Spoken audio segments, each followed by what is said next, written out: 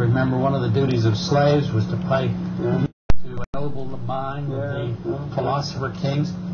And there's very little goods and services produced altogether that aren't produced by capital. That's right. Now, what do we have instead of what Aristotle visualized? The leisure society. 60% of the wives are working. I know. And even wives with little children. I know. Men are holding 2 jobs. Yeah, I know. We're living like stupid dogs for the most part. The top 5% live well, maybe 10%. So if we could see our way through, we might be able to open up to what would be almost, I don't want to use terms overly as we approach a very crucial moment in the evolution of human affairs. Atomic weaponry hangs over our head and so forth, but we have the means by which we could open up a liberated society for allowing all of the fruits of civilization to be able to be at the... And we could stop focusing on building weapons that are obsolete. War is obsolete. Absolutely. We can't admit that because to maintain this myth of full employment, we've got to keep everybody working whether what they produce is useful or not. Well, you've shown us a way out of this, Louis Carlson. For that, I want to thank you for all your work over the years. I certainly want to thank you for participating here in Conversations. Against great pleasure, as always, to see you. Interesting to be able to put your work against that of Mr. Bottra's, which is popularly in the consciousness of the society now. And again, really, thank you really very, very much. We could go on talking for hours, but we've laid out the groundwork, and thanks again very much.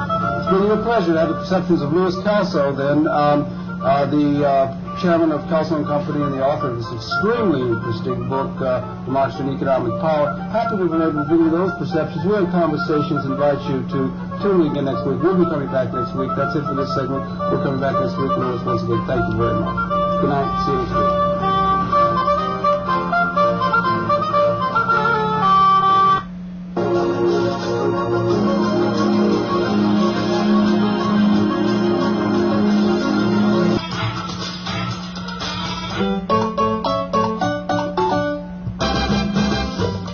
Children 3 to 5 years of age.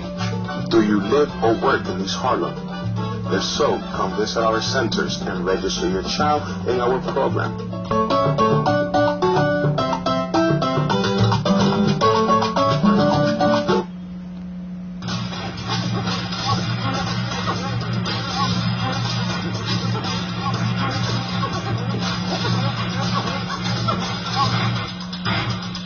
I knew how to jump on a train and go 1,000 miles, you know, for $10 going in second class.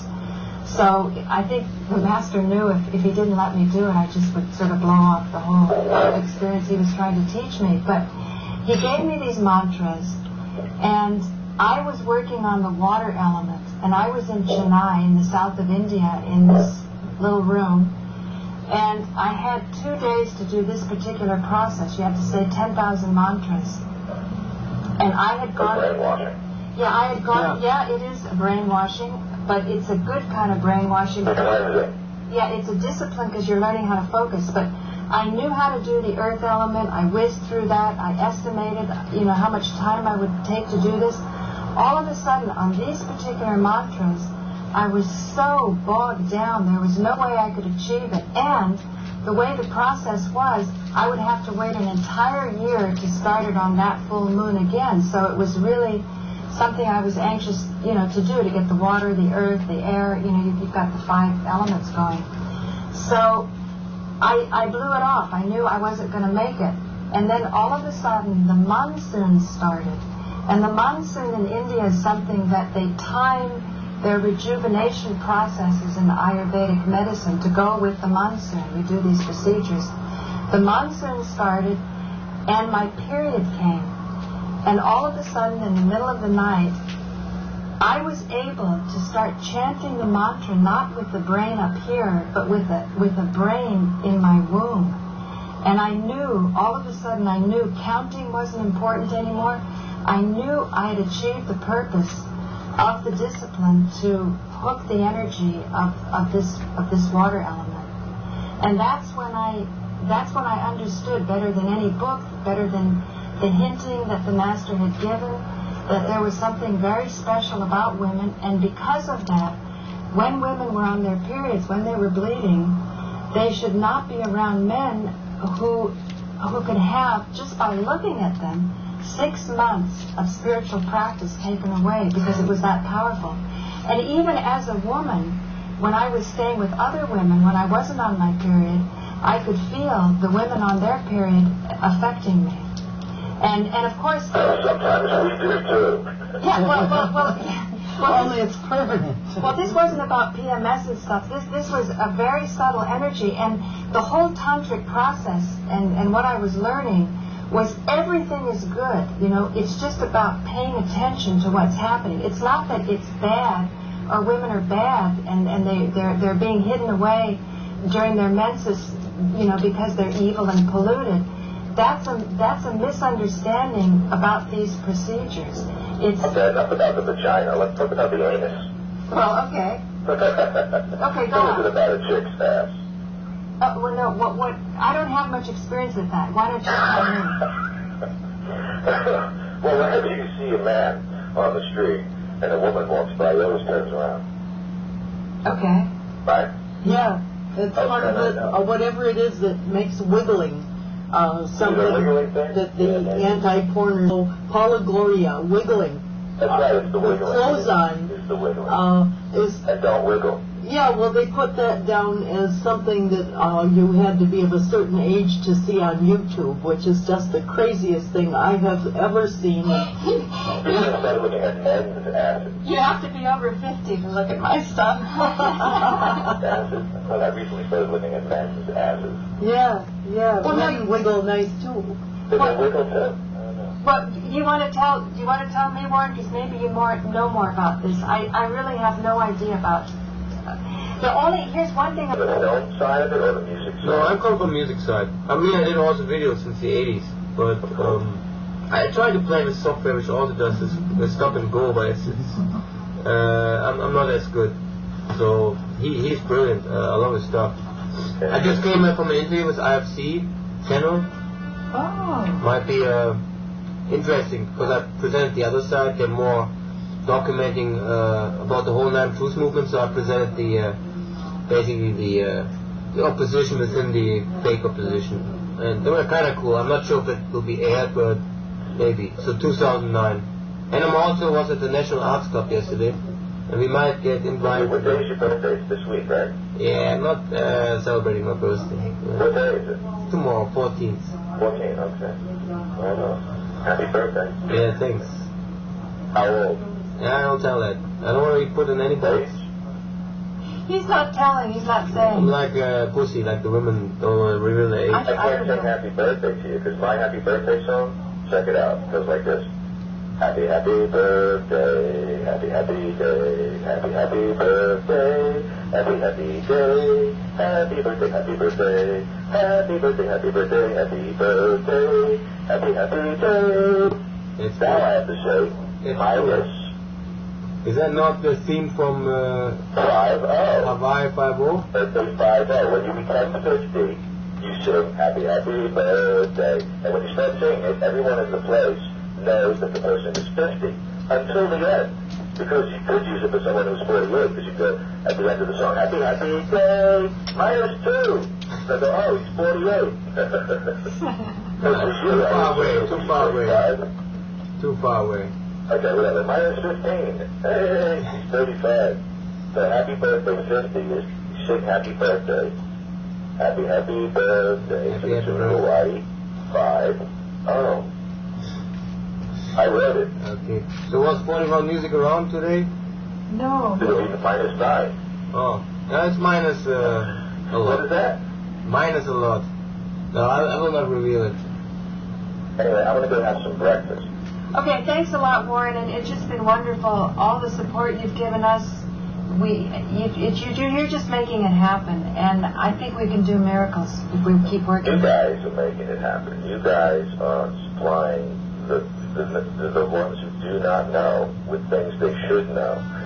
If you start paying attention, then they should be thanking you. Well, and please, everyone, check out daily 9videomashups.com, daily updates. There's so many great new investigative video researchers up, like Eugene Debs or CNN 9M Fakes, which is Joe Crane, and we have Al Piper. Have you, Honor, Restoring private property by ensuring that all people have access is fundamental to human happiness. Own or be owned. A mere $5 million could fund a school on binary economics, major university. Community resource. Go to www.mnn.org.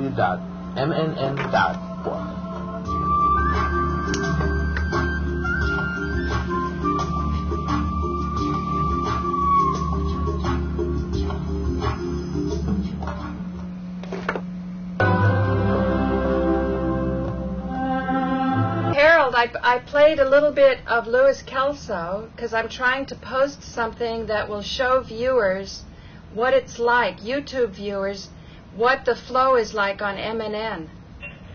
So I did a little bit of Louis Kelso, a little bit of the in-between part with MNN announcing their upcoming shows, and then a little bit of me and Warren Cucurullo, and then Nico Haupt was on it. Well, that you mean on today's program? Yeah. You were talking about Ayurvedic medicine and everything. Yeah, well, it wound up with Nico, who incidentally is on his way to L.A. right now, and he's going to be staying at Warren Cucurullo's house. And Warren's been such a phenomenal donor. It's been great. And I was just writing a letter to the National Arts Club, keeping in mind our conversation yesterday, that institutions have to stay in touch with the historical context. They can't move as quickly, and they have to be mindful that what they are supporting and showing to the public, that it can be handled in a mature and responsible way. Well, okay, I remember. Well, you know what I mean, Harold? It's like if you give out information, you want to make sure it can be absorbed and acted on. Otherwise, I think one of the downfalls of the Internet is you get information overload, although, as you said, Norbert Wiener, the cybernetics specialist, said the natural patterns would emerge. Well, actually, what the term was, he said information overload within a system permits pattern recognition at a level higher, as it were, so that you're in a system, you're all freaked out because there's information overload, but then it creates, you can do pattern recognition, and human consciousness is really very good at being able to interrelate patterns. Right. So it was, the quote of Werner was that information overload within a system permits pattern recognition, so you get signals. So that could apply to whatever you're thinking about, even on out trying to understand things like that wonderful show at the Whitney. You still got a chance to see that when you get a chance. Says begin with the universe. So Mr. Fuller always used to begin with the universe, which is a pretty inclusive kind of pattern. Right, right. You can see subsystems within that, rooting down or going down, branching down. Anyway, that's good. The Hackers Conference, Harold, is this weekend. It's starting right now. I was up all night because I was so excited about being back in New York. I was at MNN yesterday, Good. So my voice is a little hoarse, but wow, it's great to be back. You had a great trip out to the West Coast, didn't you, dear? You were I did. You were sending some really good stuff back. That fellow from Duran was really good and all that, and you're making contacts and things are going like a Roman candle. That's really good. I think we're going to hear a lot more from Warren now that Nico's going to be there. That's what I'm always pushing for, is physical encounters. And I'm hoping that the National Arts Club will, I can understand how they might not want to deal with me because we've become so controversial. But at the same time, I feel if we don't make the effort, then the institutions will never change.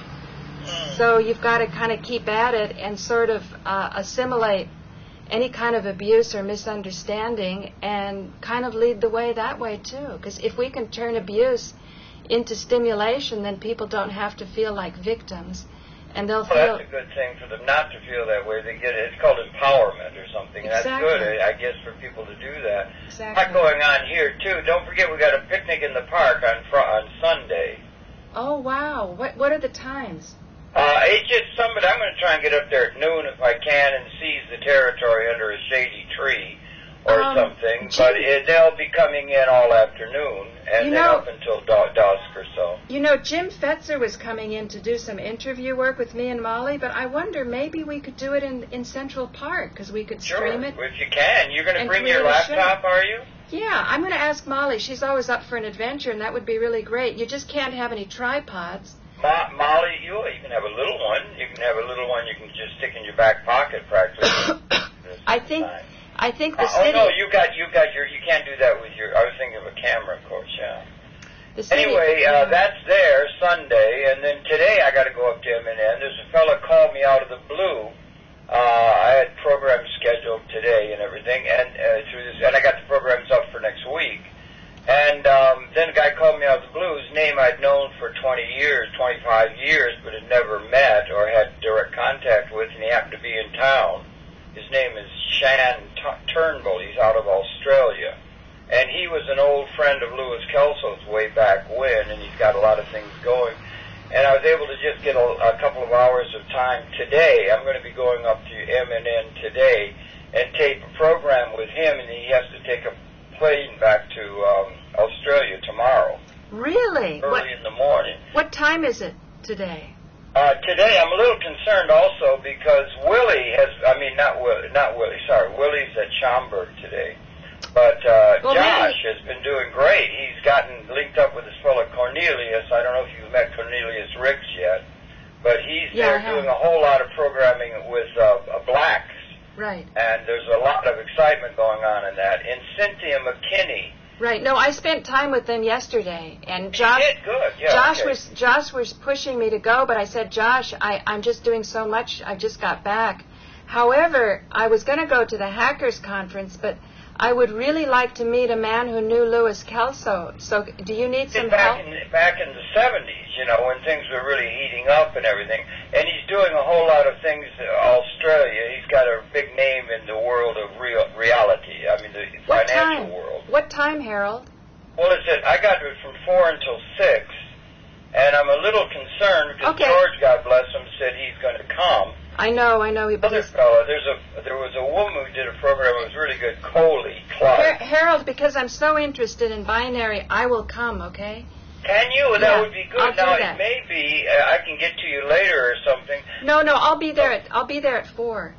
Can you? Okay, that's great. I'm going to go to the Hackers Conference now, and... But the Hackers today, now? Yeah, I'm going to go now, and how long is that on for? It's on until Sunday. Oh, boy. Yeah. Well, drag people to the... Is it ending on Sunday, or is it all day Sunday, or what's the deal? I think it goes until 10 o'clock tonight. Tonight? Yeah. But then I'm going to be talking to him after. We're going to try and go have something to eat afterward. And then Josh is putting on this show tonight.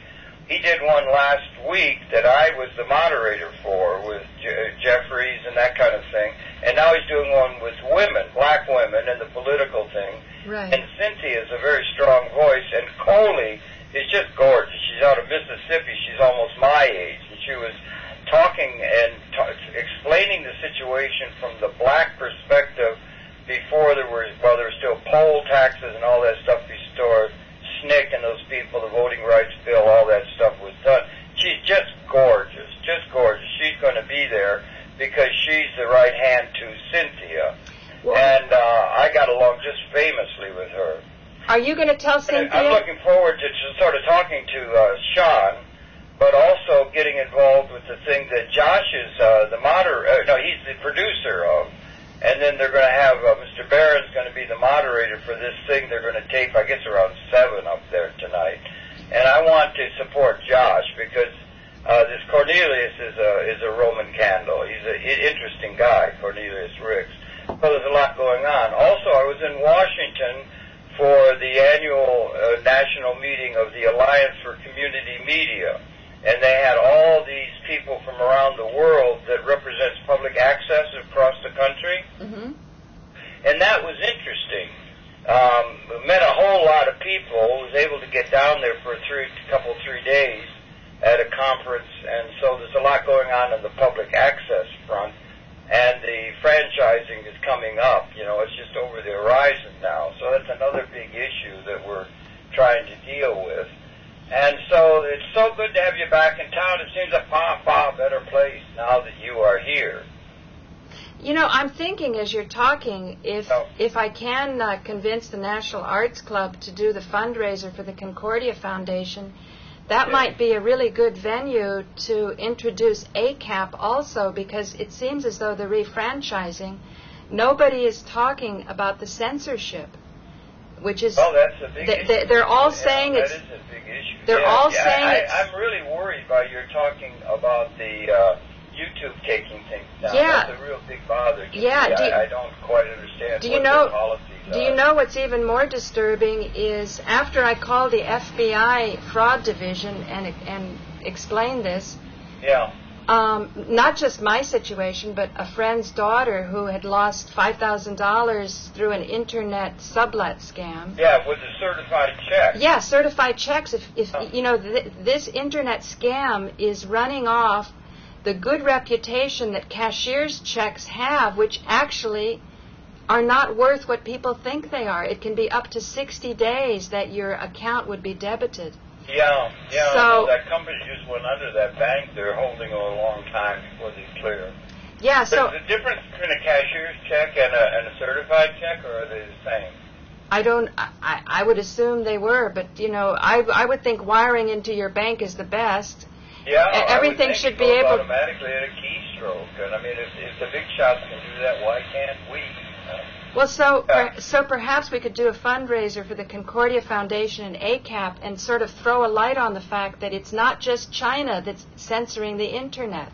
We are living with censorship because they not only took down some videos, Harold, now they took down my opportunity to see the vestiges of the videos that were taken down. So I don't even have a record of how many comments were there. Yeah, that's a shame. I mean, I always was blocked from the comments. That's a policy thing that has to be addressed. Well, what I'm doing is I'm scrambling to kind of capture comments on YouTube and transfer them over to polygloria.com. But I will never get the traffic at polygloria.com that I do on YouTube. Of course. Yeah, I know.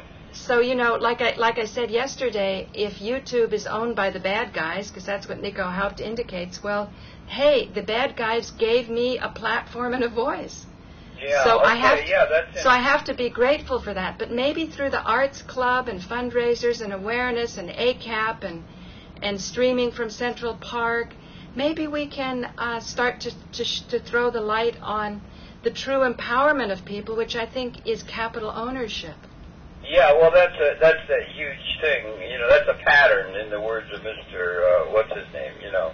But anyway, there was a successful resolution of a thing with the colors. You know, John and Kirsten and all that. They had a minor infraction because a lady showed her breast or something, right. And so they were suspended for a month. And then they did protest it, and they allowed us how I could go in and sit in on it. And it was very interesting to see these relatively young people talking so responsibly, and they presented a countervailing view of what it was and precedent where they had been told that would be all right if it was art and everything. And they resolved it, so they were on again last night, I presume. I tried to copy it on my TiVo, but it didn't for some reason record. But it was good that we were able to have a meeting of... In a loose way, because we're still 3 or 4 months out from getting our papers in order and everything. But they had presence of ACAP in that little meeting, and it maybe helped, I hope. No, I think that's great. Address that at YouTube. I'm also interested. Forrest Mars was down there, and Forrest is doing the IT at MNN, and I'm a little upset. I'm going to try and catch up with him today if he's there and find out, because he was going to look into it, because they used to archive everything at Manhattan Network, and they had all these programs. If you just added the tag MNN-NYC, your YouTube would be archived on the MNN site. And then all of a sudden they only had 30 programs, and they were, these ones that had gone back with carefully worked out bios on people and links and all that kind of stuff was available on the MNN site. And I thought that was really a good idea. Again, it was done autonomically. It was done very efficiently. It made you think of YouTube in terms of efficiency. and then all of a sudden it wasn't there. But Forrest told me he thought that those things, as with YouTube, if they take something down, they can put it back up. Right. So, you know, if there's a conflict or something. But he thinks that those, because you probably have a lot of programs there on the MNN archive as well. You I know, don't know. I had no idea, Harold. I never knew that. Well, they've just asked us when you're adding tags to a YouTube upload or clip or whatever. If you add a tag, put a tag in there, a capital MNN lowercase NYC. That's a link where the YouTube upload, you know, with the video and the comments and everything. I believe the comments are there. Is automatically on an archive on the MNN site, which I thought was a really good idea. It's like a backup to the YouTube. Oh, you know, I never did that. I didn't understand. I'll start doing that in case they Well, start doing let's it. find out, because I asked it, I sent a rather, you know, a note and everything to everybody over there, and I said, why is that archive? What happened to it? And he sent me back an email saying he thought that those, that there was probably just a mistake that they had done it, but that they would be retrievable, much as they were able to put a YouTube link that you had back up on YouTube when the issue was clear. Say, Harold, can I take my 600 videos and add MNN, capital MNN, lowercase NYU? I don't know, but it might be worth your while to try to add that. You know, you got other what do you call them, keywords. Right. And just add that to your keyword list and then see if it appears. And it's really hard to find on the MNN site. I didn't even know it's not immediately available, but it would be a great thing to have that kind of an archive that people could go to on the MNN site. You know, if that could be done, MNN could be a serious competitor to YouTube. Well, not only MNN, or but Google. It could be done all around. One of the things I got down in Washington with all these people, we got 3,000 of these entities across the country. I'm eating a piece of toast and my voice is muffled. That's okay, you can chew. You see, that's a pattern. And what you could be doing is that's autonomic. It just happens. They just write it in, the IT guys, and that could be happening in San Francisco and Portland and Omaha and Dubuque and whatnot. They could be building an archive of their programming. Now, I began to think maybe it's so much, if everybody starts doing that, and more people are going to be uploading their stuff and everything, it might be that they've just overworked the server or something, because those files are awfully big and everything. But I don't know what the reality is, but I'm going to try and check it out with Morris. He's Forrest Mars, he's a good guy. And he was down there, a bunch of people from MNN, including George. And it was a great conference. They had people from all across the country, and that was good. It's called the Alliance for Community Media. Got a stack of cards that I'm trying to integrate into the address book and all that kind of stuff. Busy. Well, that's interesting. I'm particularly interested in this fellow I'm going to do a program with today, and he's got a good way about him. He's older, he's my age, and knew Lewis, you know, intimately back in the 70s, he and Patricia. But he's gone off on another tack. He's very much looking at the Australian economy from a position of regulatory attitudes and trying to get from bottom up rather than top down kinds of patterns to society and so forth. Wow. He's got a great sense of humor. Did another program that's really good. It's going to air Tuesday with a fellow who wrote a book on Gower Champion. That great, you remember Marge and Gower Champion? Gower was just a great choreographer and everything. That came off really well.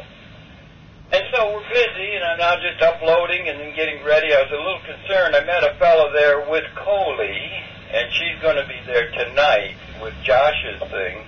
And she's right hand to Cynthia McKinney, a really gorgeous woman from the Southland, and burst into gospel song and things like this, and got that great good sense of humor and everything. And they're going to be doing that tonight at 7. And isn't Josh Walensky? He's an absolute national treasure. No, I spent time with Josh yesterday at MNN. I told him to take care of himself. I think he should lie in the sun.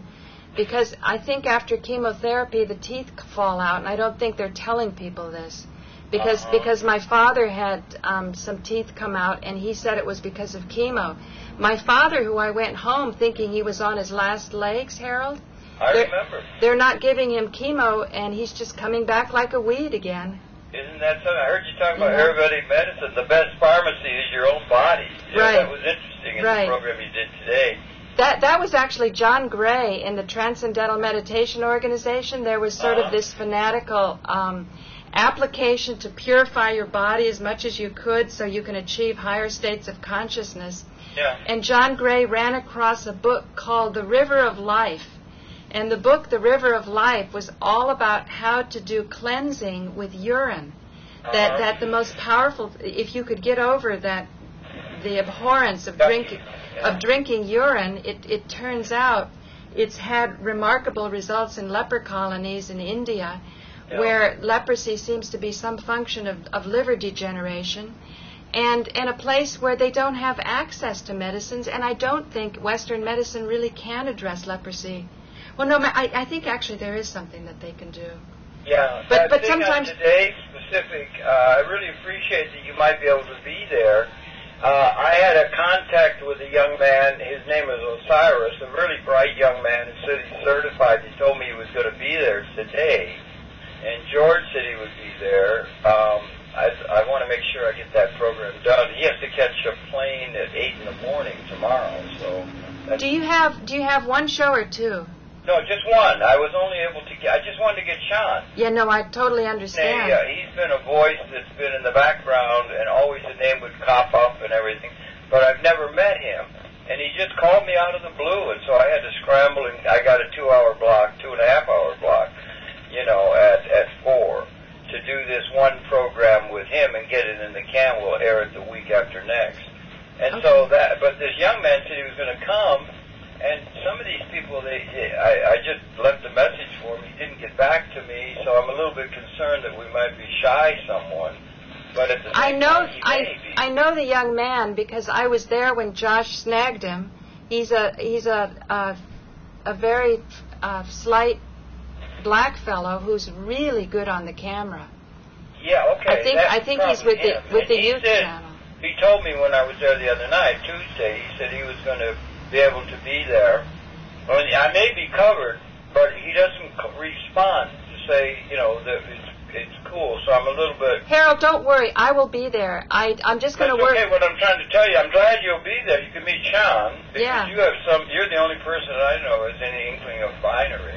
Yeah. But no, lots of people do, Harold. It might be a little abstract, the things he's talking about. It's a little hard to understand. But so that would mean that we'd be also covered as far as that, how we have to make sure we get the, the requirements of the place and everything like that. How do you like my shirt, Harold? Oh, I can't see it now. I can see it in my ugly face with a couple of. Oh, there you go. Peace. Good idea. I would say offhand. Looks like the '60s. It looks like Woodstock to me. Yeah. Peace is the way. Okay, that's good. That's nice. Where'd you get it? I got this at Venice Beach when I was there with my sister in California. If there's any place in the world you'll get it, it's at Venice. I used to have a friend out there at Venice. It was just a great place. Yeah, California is wonderful. Yeah. And I'm glad you had a good vacation. Constantine's okay now, you say? He's wonderful. Your dad's name is Constantine? He's wonderful. Wait until my brother got this really, really nice camera, and we took beautiful photographs. So I'm going to see if I can get more web skills, put them on my website. And then also I went bicycle riding along the bay at the east shoreline. And they're building up the wetlands, and it was so beautiful, Harold. I was there with my brother, with probably my future sister-in-law, and myself. So I got, and I realized I used to do photography, and there's things you can do with photography that you can't do with video, because you get these bang, bang, bang snapshot moments. Yeah. So I will show you how good my dad looks. East Bay of, you mean up in the Bay Area, the San Francisco side? Yeah, he's in Piedmont and my mom's in Berkeley. So. Okay, yeah, it's a beautiful state. On the bus going down to Washington, that's what I was struck with. Being like a Manhattanite, I was struck with so many trees. It was so beautiful, all this green.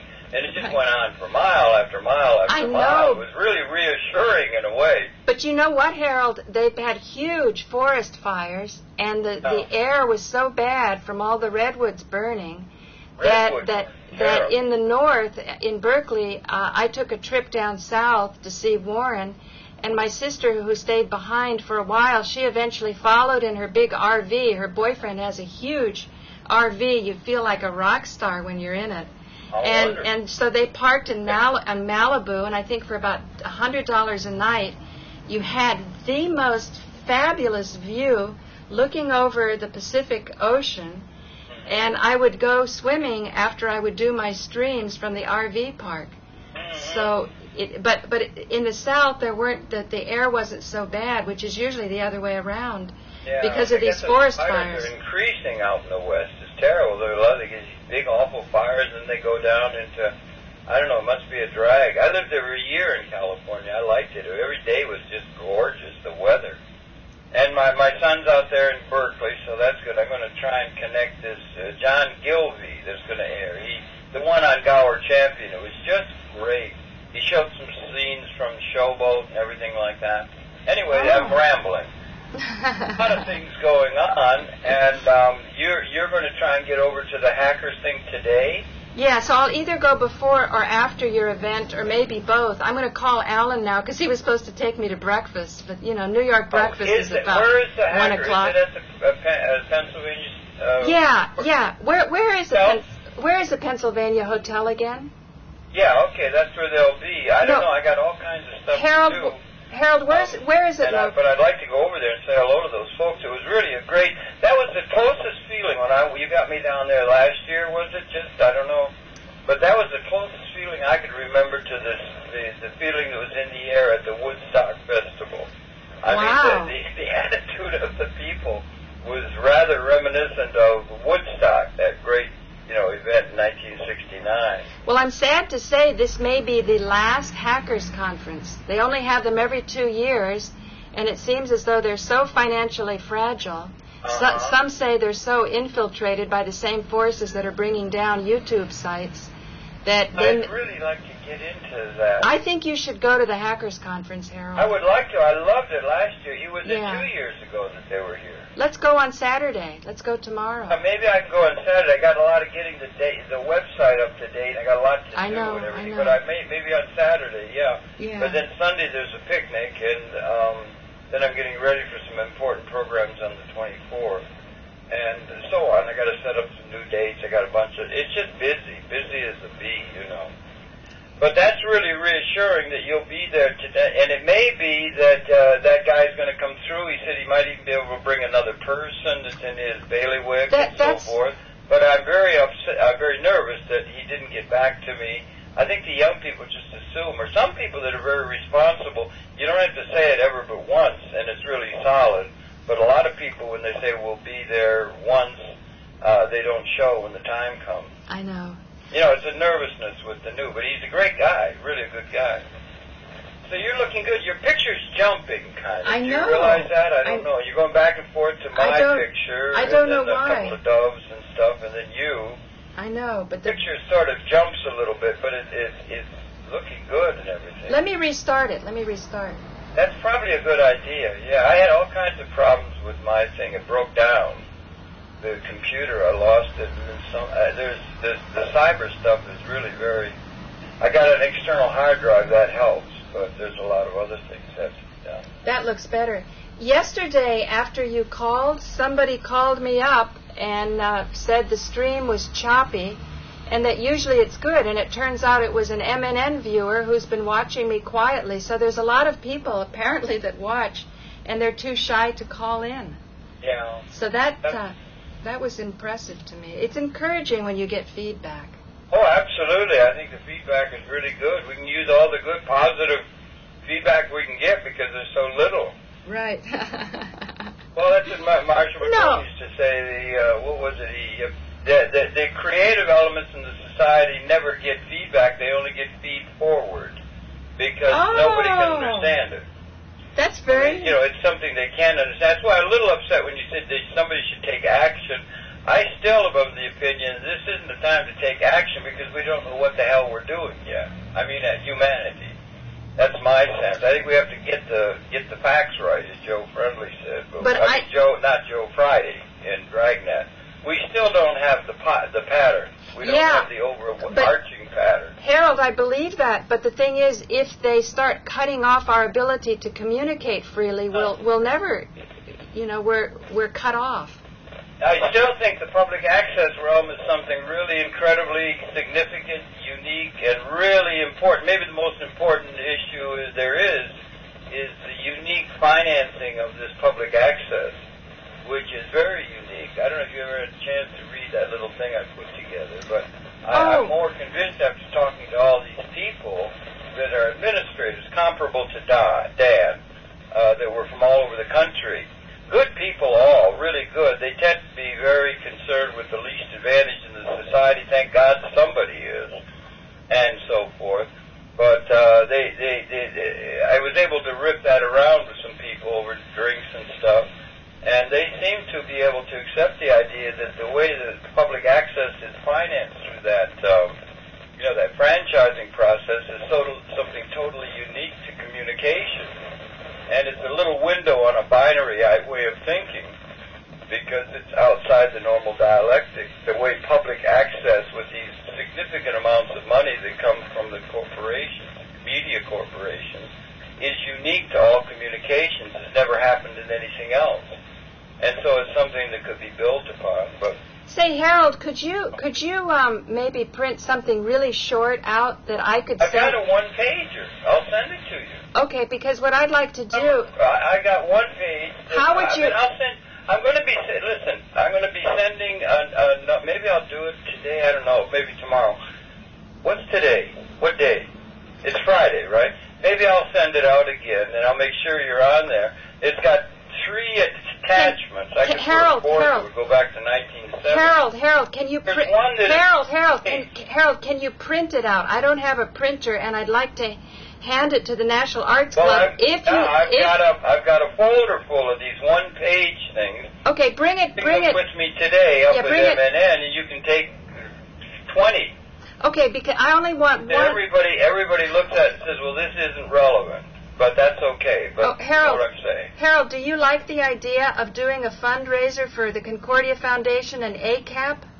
Well, I don't. In general, I don't like the idea of fundraising myself. I don't like that idea.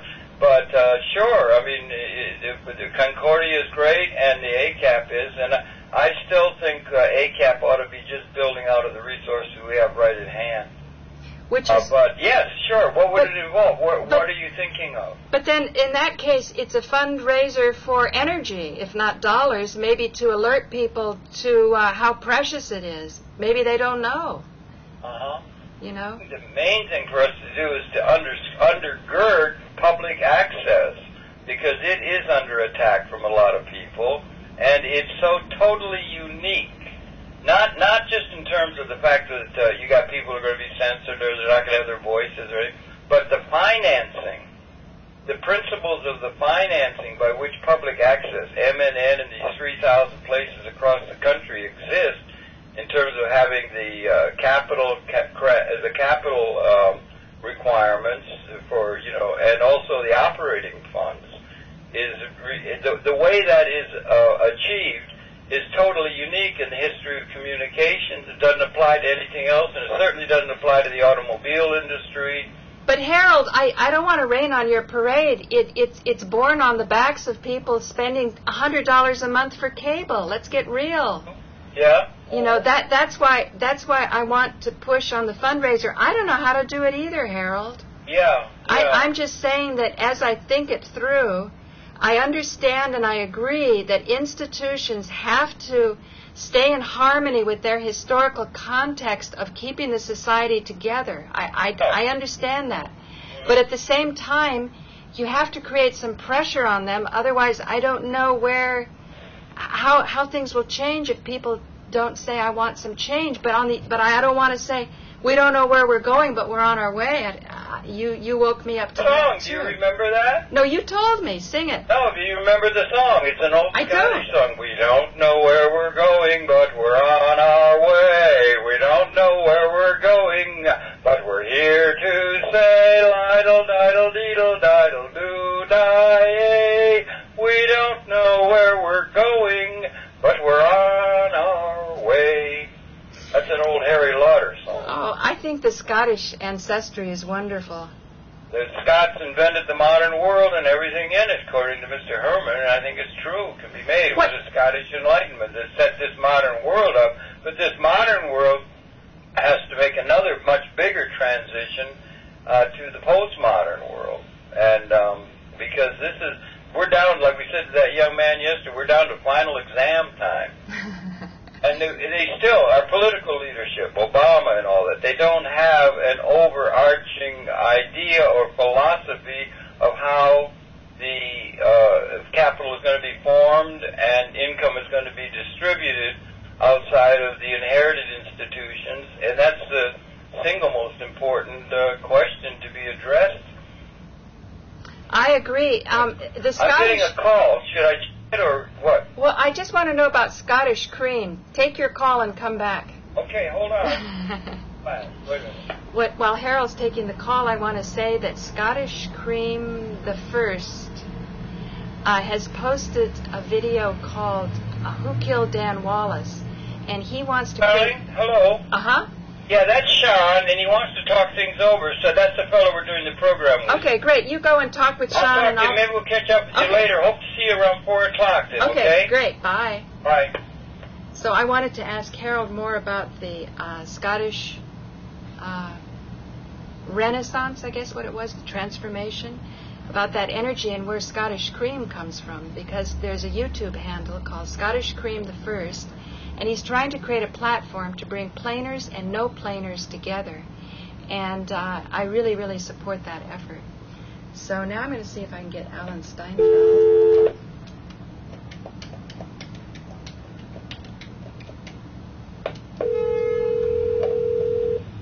Hello. Hey, Alan, have you been watching the stream? I was listening to some of Harold. Are we still streaming right now? Yes, we are, and recording. And I'm wondering if did you see any of Warren Cucurullo, and do you have any thoughts about...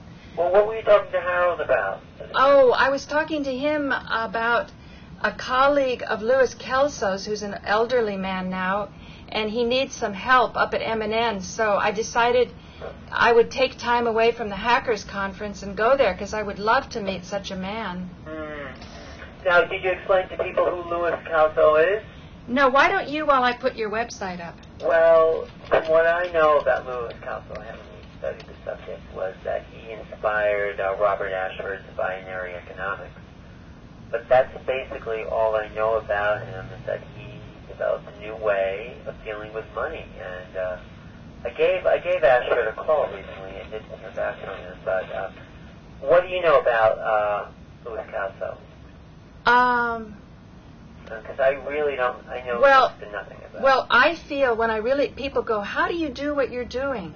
I think basically how I do what I'm doing is really powered by the capital asset that I have in Gramercy Park, my Gramercy Park apartment. To be really truthful, people have hopes that if they help me, that I'll be able to pay them back, through the appreciation of this apartment. And what Louis Kelso was saying is that this opportunity should not be available to people only through their homes, because then homes become something that you speculate with, but that shelter should be more secure than that. And what Robert Ashford was saying, the mortgage fiasco shows that binary doesn't work. And he says, no, it shows that without binary, even your homes are not safe.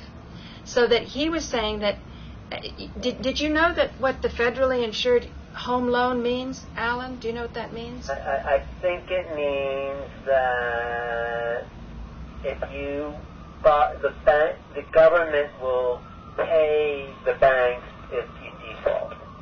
Yes, exactly. So then you're allowed to get the house because someone's going to take care of it. If there wasn't anyone to take care of it, you wouldn't be able to get your house unless you can pay for it all up front in cash. Exactly. So that came in under Franklin Delano Roosevelt in the New Deal. Student loans are the same way. There's government, so then you end up owing the government money, but then the government sells the student loans back to these private companies that try to get more interest out of you. Yeah, but that's just a straight loan, and that's not what we're talking about.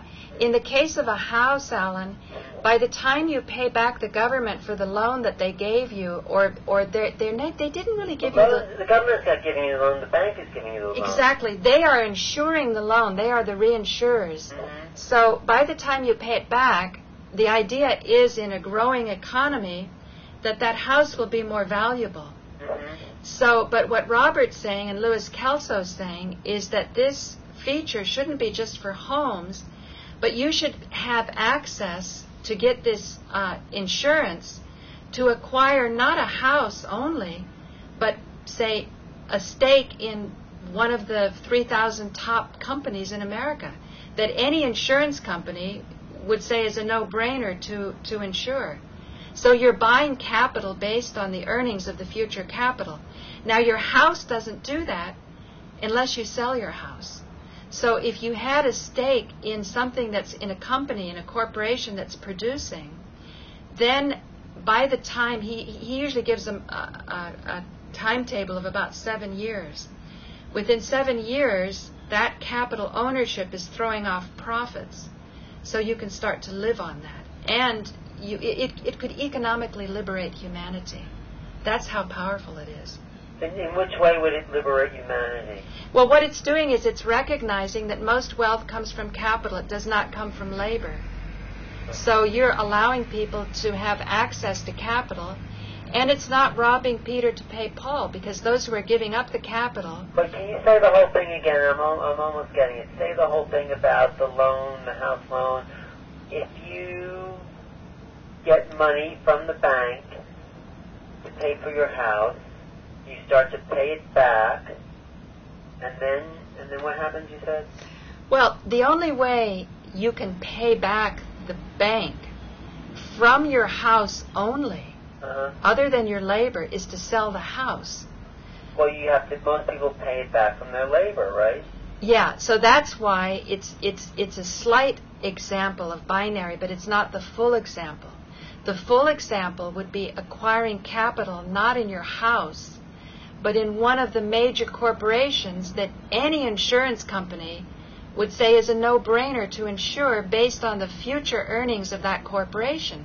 So you would start to Well, how do you know the future earnings of the corporation are going to be what you think it is?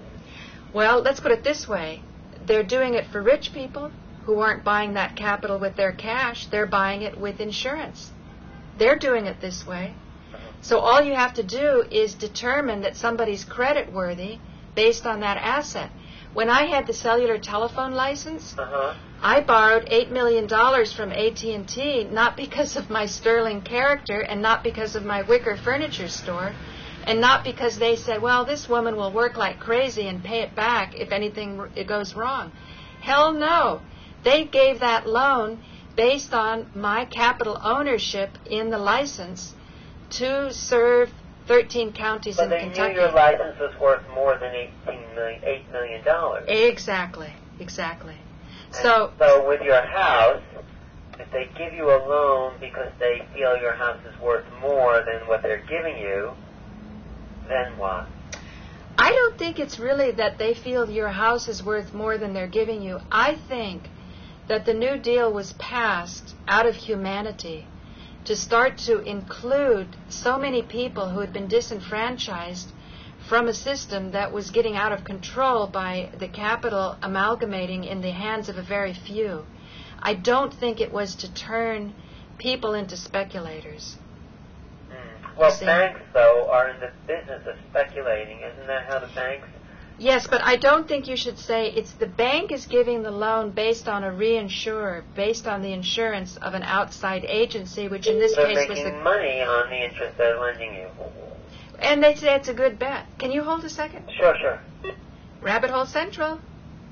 Yes, Paula, this is Michelle. Michelle, I'm streaming right now. Do you want to make any comments until 1 o'clock? We're talking. I didn't expect. I'm so sorry because I just came back, but I can call you back if you want to be on the line with Alan. I would love to do that because you have some very good insights into. We're talking about binary economics, and you have such good insights into the Tahitian culture and what the value of land is. So. Well, I have. Yeah, I have a few ideas, but basically when it comes to economy... Let me call you right back so I can get Alan, okay? Hang up and I'll call you right back. Thanks. Alan? Hello? I'm going to call back Michelle Noble and see if we can have this discussion vis-a-vis the Tibetan... Your stream is skipping a little bit. It's I know, but I'm taping. Don't worry about it. Okay, call me back. No, you stay on. Stay on.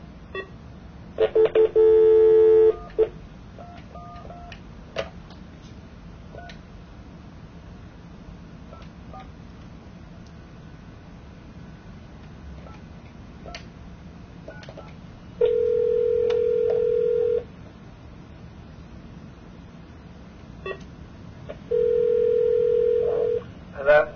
Oh, Alan? Yeah, Michelle? Michelle, hi, it's Paula and Alan, and we were having a discussion about binary economics, and we were talking about how after the Depression, Franklin Delano Roosevelt brought the New Deal, and one of the most exciting aspects of the New Deal was that the government would insure a house loan, so it would allow people who didn't have a deposit or down payment to acquire a house. And the binary model says that you should be able to do it not only for houses, but for businesses, so that based on the earnings of the future business, you would be able to make a living, not off your labor, but off capital. But Paula? Yeah? The situation that's happening now with people not being able to pay back their mortgages, that's happening like epidemically, what's happening then with the government bailout with that? Well, I think because there's no overarching plan, I think it's just a panic. And I also think, again, it's going to be a couple kind of cheating types, because there were some mortgages that were floated that are very questionable whether they should have been floated. So floated means what? Floated means allowing it to happen. It's kind of floating on air. It's not really stable. I think under Delano Roosevelt, it was given very judiciously. It was one family, one home loan, and the government would support it. But by creating this too many mortgages given to people who really didn't have the ability to pay them back, and then expect the government to bail them out, puts a real burden on those who are the taxpayers or who are just the regular citizens. That's my comment. But let's talk to Michelle about how people own land in Tahiti. Yeah. Michelle, you're on. They do I didn't expect... no, but how do they deal with land and ownership in Tahiti, Michelle? Well, in my case, I think I did express to Paula once that I had inherited many lands from my ancestors, my family, but it's also looking at the history of Polynesia. They had a system that were really allowing a regular person. For example, my ancestors used to have plantations on, Andes, Manila, and different plantations that allowed the people to not worry, for example, about their own house, because they were living in those in those lands and taking care of the plantations. So they had work. The system allowed people to actually even have people getting, some of the crops themselves for their own. So there was a system that was probably beautifully set, because they consider the village, they consider the tribes, the village, and the nation as theirs, not just. And they were probably initiated people to take care of those, and some of those lands became theirs after that, because they were able to make a lot of plantations. For example, I strongly believe in agriculture, the return to agriculture, because there's a lot of potential. You have also the seas, and essentially the people at the top, and even now with the banks, they do encourage people to make their own plantations of vanilla. If they can, the government will help them. So they gradually actually own them too. So I believe that's what, it's only a portion of what I can say today. But basically, there was a sense of giving something to the people, to the land, to all. And it was only because there was, I think, a better standard, moral standard at the time, that when you possess those moral values, you don't want to take away from someone who doesn't have any food. Well, that's the problem with today. I don't think there's any moral values. I believe it's a major banking system anyway. The banking system and so many, all the institutions. I think if they base their system on values, moral values, I think it's a huge. It will be a huge part of.